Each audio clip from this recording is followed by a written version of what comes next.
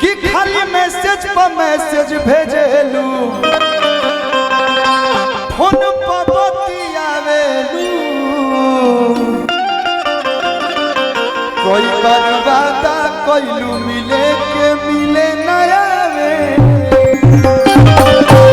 आज Instagram reels का जमाना है ए पर गाना वायरल भइल थोन बहुत अच्छा गाता और डांस बहुत अच्छा करता है। हां खुश रहो ऐसे डांस करो देखो डांस अच्छा करता है बहुत सुंदर।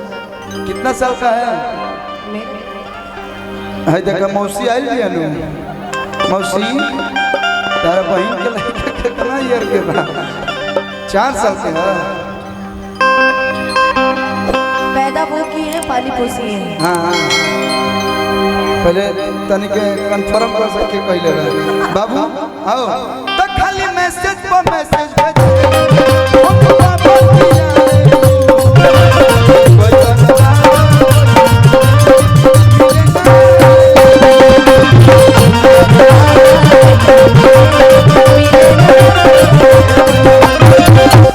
हम सोचबोगे रोशन भैया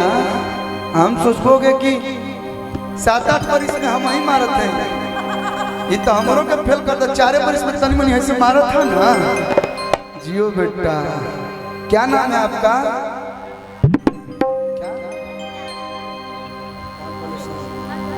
क्या है तुम उसी वर्ष तरह के नाम नहीं बहुत अच्छा डांस किया करते रहिए तो खाली मैसेज पर मैसेज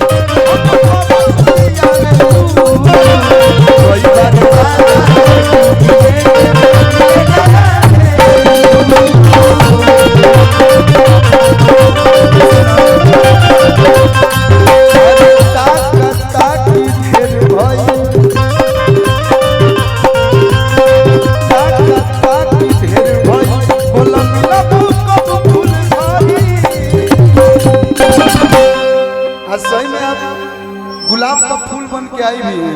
हर जगह से पंखुड़ी निकला हुआ है आपके ड्रेस में कि अरे ताका ताकी ढेर भई बोला मिलबू कब फूला लाइक खाली गुरबत बनावत रहते सन बाबू बिहार शरीफ आ जाओ मैं वहीं मौसी के घर पे हूँ लड़का बेचैन होकर झाड़ झूर के बाइक लेके बिहार शरीफ पहुंचल अरे वो क्या हुआ ना मौसी कैसे में फुआ के आगे से पूरा आ जाओ आए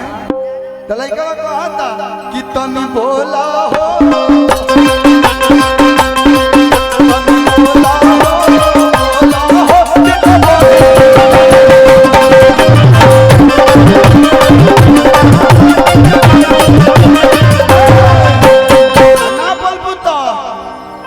हमने जो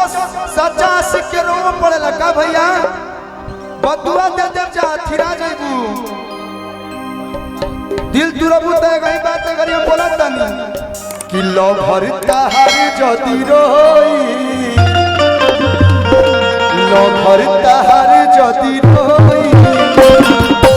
तहारा लइका ना होई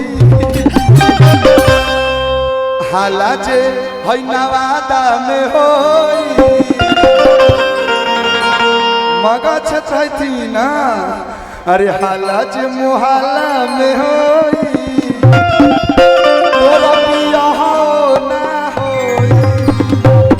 काफी देर से मेरे को ट्रोल किया जा रहा है तो मेरी तरफ से भी सुनिए बोला कि हमारा से प्यार कैला दूसरा से सदिया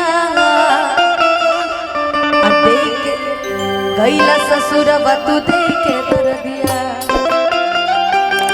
कि निमन जिंदगिया के कके बर्बादिया